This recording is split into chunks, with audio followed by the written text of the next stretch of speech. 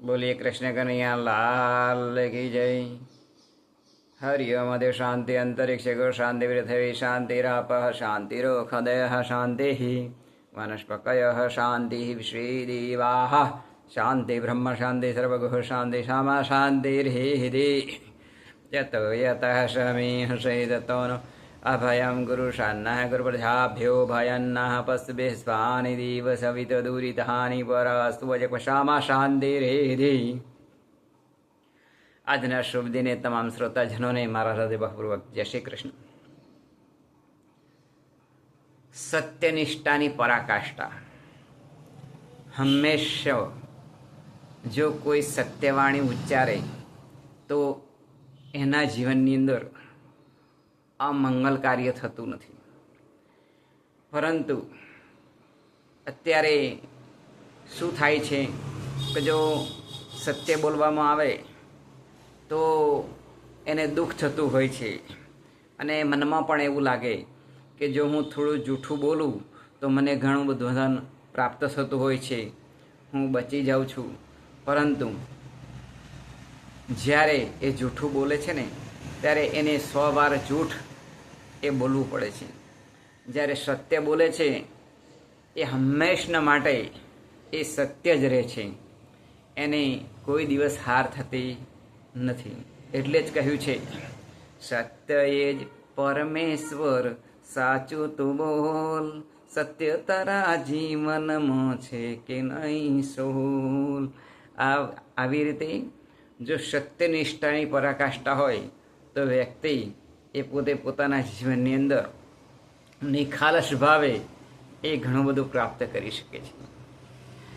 એક વખત એક ગાય એ પોતે ગાયના ટોળામાં ચરવા ગઈ હતી અને સંજોગો વસાત એ ગાયના ટોળાની અંદરથી એ છૂટી પડી ગઈ અને એક સરોવરની અંદર પાણી પીવા માટે ગઈ।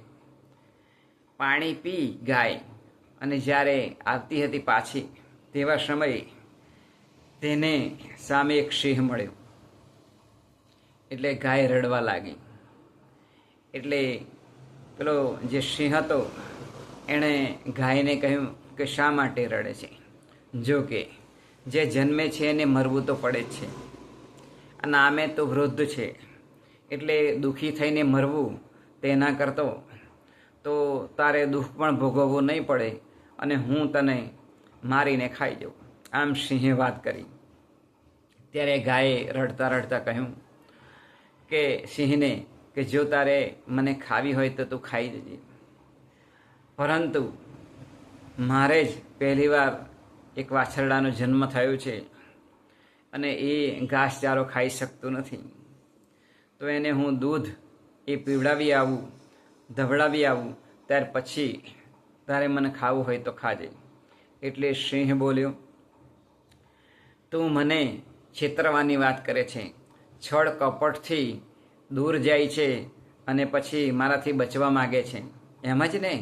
ત્યારે ગાય માતા કહે છે કે ના ના, એવું નથી, મારા વાછરડા ઉપર મને અનહદ પ્રેમ છે, હું ખરેખર સત્યવાણી જ ઉચ્ચારું છું, હું જૂઠું બોલતી નથી અને હું ખરેખર તમારી પાસે હું હાજર થઈશ, મારા વાછરડાને હું ધવડાવી આપું, હું ધવડાવીને પછી પાછી આવું અને પછી તમે મને ખાજો। એટલે આ જે સિંહ હતો એણે કહ્યું કે સારું, તમે જાઓ પણ વહેલા આવજો। એટલે પેલી જે ગાય માતા હતા એ પોતે જાય છે ઘરે, નાનું વાછરડું હોય છે એ એમને ધાવતું હોય છે, એ વાછરડું ખૂબ આનંદથી ધાવતું હોય છે, પૂંછડી પટપટાવે છે, પૂંછડી ઘડીકમાં ઊંચી કરે છે, થનકારા મારે છે અને આનંદ કરે છે મા સાથે। અને આ જે ગાય હતી એ ગાય વાછરડાને ચાટે છે અને રડતી જાય છે।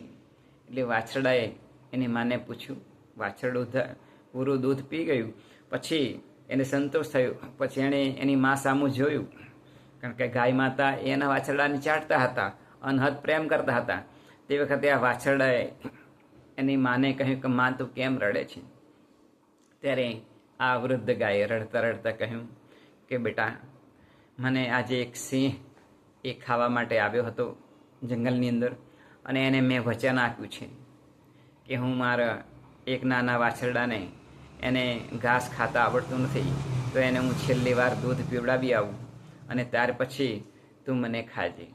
એટલે આ વાછરડાએ એ સાંભળ્યું એટલે વાછરડું પણ રડવા માંડ્યું અને પછી કહ્યું કે માં, તું મને કોની જોડે છોડીને તું જતી રહીશ?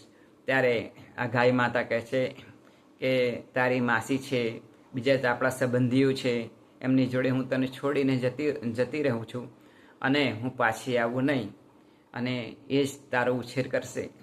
ત્યારે આ વાછરડું ના પાડે છે કે માં, જો તું મરવા માટે જતી હોય તો હું પણ મરવા માટે આવું, કારણ કે પેલો એ સિંહ મને ખાઈ જશે અને પછી તને ખાશે તો વાંધો નહીં, પરંતુ ખરેખર તે જો સત્યનું વચન પાડ્યું હોય તો મારે પણ આવવું જોઈએ. એટલે વાછરડું એ તૈયાર થાય છે. ગાય માતા ના પાડે છે કે બેટા તું ના આવીશ, સિંહ ખાઈ જશે. પરંતુ બાળકનું મન કેવું હોય કે બાળકની હઠ એ કદી મૂકે નહીં. એટલે વાછરડું એ પણ રડે છે અને કહે છે કે માં, હું તારી સાથે જ આવીશ. એટલે આ જે ગાય હતા, ગાય માતાજી, એમણે પેલા પોતાના વાછરડાને સાથે લીધા અને પોતે જંગલની અંદર જાય છે અને સિંહ એ જ્યાં હતો ત્યાં ગાય અને વાછરડું જાય છે. વાછરડું વચ્ચે ઊભું રહે છે, ગાય પાછળ ઊભી રહેશે અને સામે સિંહ હોય છે. હવે ગાય માતા એ સિંહને કહે છે કે આ મારું વાછરડું છે એ માનતું નથી, તે તમે મારા વાછરડાને સાંત્વન આપો, એમને તમે ખાશો નહીં. જુઓ, એક માની કેટલી પરાકાષ્ઠા છે. અને તમારે મને શિકાર કરીને ખાવી હોય તો તમે એને ખાઈ શકો છો અને તમારી ક્ષુધા છે એને શાંત કરી શકો છો, પરંતુ અમારા વાછરડાને તમે છોડી મૂકજો. આમ જ્યારે કહે છે ત્યારે વાછરડું બોલે છે કે ના માં, પહેલાં મારે મરવું છે, મને મારીને ખાય સિંહ, પછી જ તમને એ ખાશે. આમ આ સિંહે સાંભળ્યું એટલે સિંહને થયું કે ખરેખર આ જે ગાય માતા છે એ સત્યનું એમણે પાલન કર્યું છે અને ખરેખર એ સત્યના પાલન માટે એ મારી પાસે આવ્યા છે. બચ્ચું પણ એ કહે છે કે મારો પણ તમે સ્વીકાર કરો.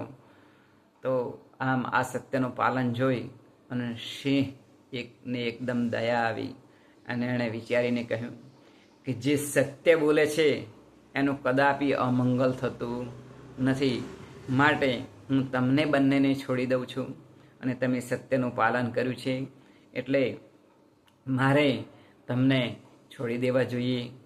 અને મને શિકાર તો આમ જંગલની અંદરથી ઘણો બધો મળી રહેશે, પરંતુ તમે સત્યનું પાલન કર્યું છે માટે હું તમને છોડી દઉં છું.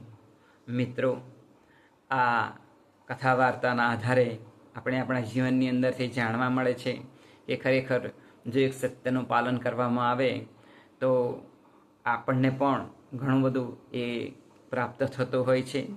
માટે આપણે પણ આપણા જીવનની અંદર કથા વાર્તાથી શીખીશું કે સત્યનું પાલન એ આપણે આપણા જીવનની અંદર કરીશું તો આપણે પણ અનંત ઘણો ભગવાનનો રાજીપો છે, પ્રેમ છે એ માણી શકશું. એ જ આજના શુભ દિને પ્રાર્થના બોલીએ. કૃષ્ણ કનૈયા લાલ કી જય.